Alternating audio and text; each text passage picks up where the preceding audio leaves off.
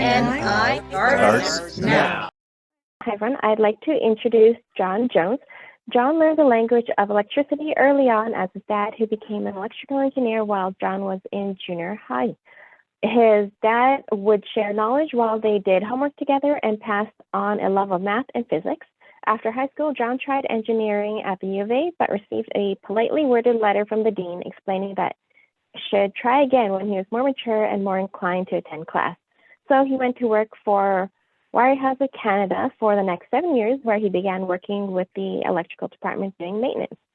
John took a break from electrical in the year 2000 to earn a Bachelor of Arts in Psychology from the U of A in 2005, when he quickly realized he did not like sitting at a desk and went back to electrical in late 2005, where he had to restart his apprenticeship program and finally earned his journeyman ticket in 2009.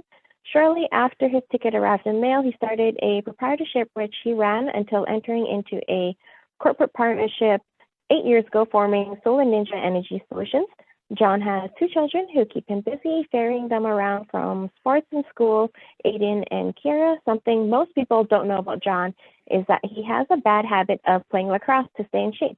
So to know more about John's lacrosse game, book a one-to-one to him. And on over to you, John. Hi, my name is John, and well, I know we have lots of visitors today. So this is my 6th time doing a presentation for BNI Apex, and there's a lot of original members that are probably getting tired of hearing my electrical speeches. So I'm trying something different today. So yeah, we're a residential company. We do electrical maintenance and construction and solar, of course. So this has been a long journey in my field. My dad made a little bit of extra money wiring houses for a friend when I was growing up. It's how we afforded vacations. Now, I thought the world of my dad, and I wanted to be around him, and I jumped at the chance to help him on weekends and wiring houses. And so that was my introduction to my career choice. And when someone says, that they're an electrician, you generally know what the person does. They work with physical materials to facilitate the transport of electrons. That person brings power to where you need it. For example, if your uncooked food is now transformed by your stove, electricity removes, bringing firewood and the smoke in the fire. Electricity enables a person to plug in a machine that dries your hair when it's wet. It's really changed the world all around us. So I don't really think that I need to tell you more about that today. I tell people that trade school taught me how to be an expert at what I do. And frankly, I think I'm pretty good at it, and I enjoy what I do.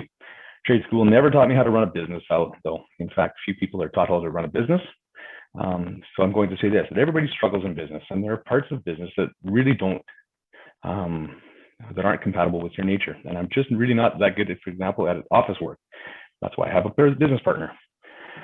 So on that note, my business partner decided that he would commission some market research to better understand our business. And we identified things that were important to us personally, shaped by our own personal developments that brought us into our business, or that we bring into our business. And these are our values. Our values are our driving force. So our study revealed that I have a friendly nature. I'm open, I'm down to earth, and people feel like they can trust me. That motivates me to try and live up to these expectations. The values are broadcast into our customers and our colleagues' relationships, and they result in us doing business with people who share that value. I know that I want people to get everything from me that they need, as well as everything that they don't know that they need. I'll deliver more education and awareness so that they'll be informed, and we'll even go so far as to tell people what they don't need sometimes. In doing so, I might not maximize the profit for my company, but I will feel like I've best represented my customers. Transparency is another observation, or I guess another observation that I feel more comfortable if everyone knows what's going on. I show people openly what I do, and I live up to it. We're often asked to provide estimates, which can be difficult for situations like renovations, as things can easily go awry. If we get a job done faster than anticipated, we will only invoice for the actual time and materials that we are on site for. Sometimes we will come in less than those estimates, and in those cases, the company makes less money. But the customer will recognize that I billed them appropriately when I could have billed them for that full estimate amount. My business partner, he used to be frustrated by the fact that I would be very detailed in how I invoiced in my invoicing practices. But I always wanted my customers to know what they were paying for. Turned out that this was a reinforcing quality to be transparent. By embracing my personal values, it led to positive understanding and better business operations.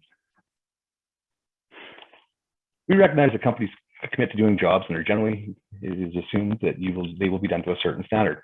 Well, we've taken pride in providing more than the minimum standard, despite there being no requirement to do so. For example, if there's a better product out there that will outperform a base item, we'll often put it into an installation and the customer will never even notice that we've done it. We made a point of doing more and having it look a little nicer. And I'm happier with those results, even though it's really sometimes irrelevant and the same job can be accomplished with less effort and less artistry. But what causes a person to do the job right and give that little bit of extra? We want to give the customer value for what they're paying for and to be satisfied with our work. We teach our apprentices to do things properly, not hide errors, to be honest and with what they've done and fix something that isn't right. Integrity is something that is doing something right when no one is watching, when no one will even know, and you do it anyway. Through the years, my own standards have crept forward incrementally to the point that they're very high, commanding quality and workmanship. My standards are high because I believe that's what customers are paying for.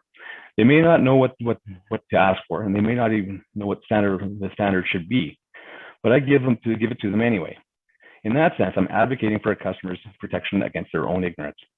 Our company's increased levels of standards allow me to give the customer everything they want and everything they expect, plus everything I expect, whether the customer is aware of it or not. And I could get away with doing less, and I know it. And heck, it would even be legal.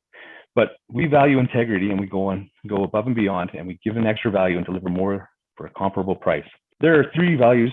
These are the 3 values that form the foundation of what we believe in that has built our business.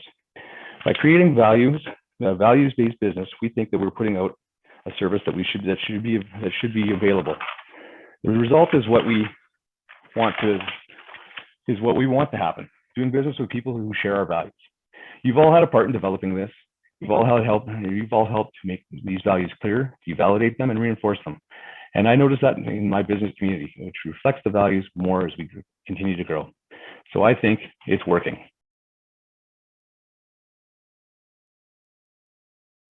We go. Okay, so aluminum wiring. It conducts electricity. It does the same job as copper. The problem is that devices aren't rated for aluminum wiring, and so consequently they loosen off over time. It should be maintained.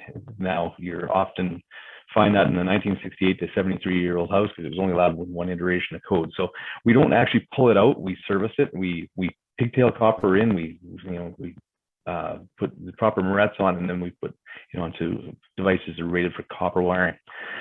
It should definitely be looked at by an electrician. It's not something that people should ignore because, again, I come back to what I talked in my presentation earlier. What you don't know with electrical can be very dangerous, and it does loosen off over time. It can start fires.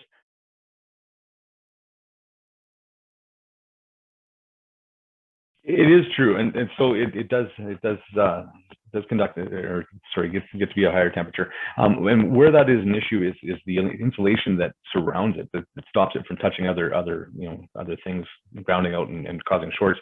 That's only rated till 90 degrees Celsius. So it gets hot and it degrades the insulation, and that's what causes it to break apart, and that's where the fires start. So it's a huge issue, and it's one that people should take seriously, and have an electrician look at it. We do a aluminum wire remediation service, and we provide a letter to the insurance company on behalf of the homeowners. So it's something to take seriously. And as I close out everyone, I'll just put that slide up.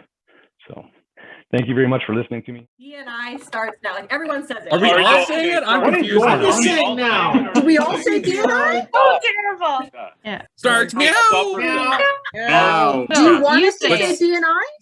B&I? Say it more casually. Like we're not trying to rehearse the most impossible phrase in the world. Now. No. B&I starts now. B&I Starts now. Now. That was the best one yet.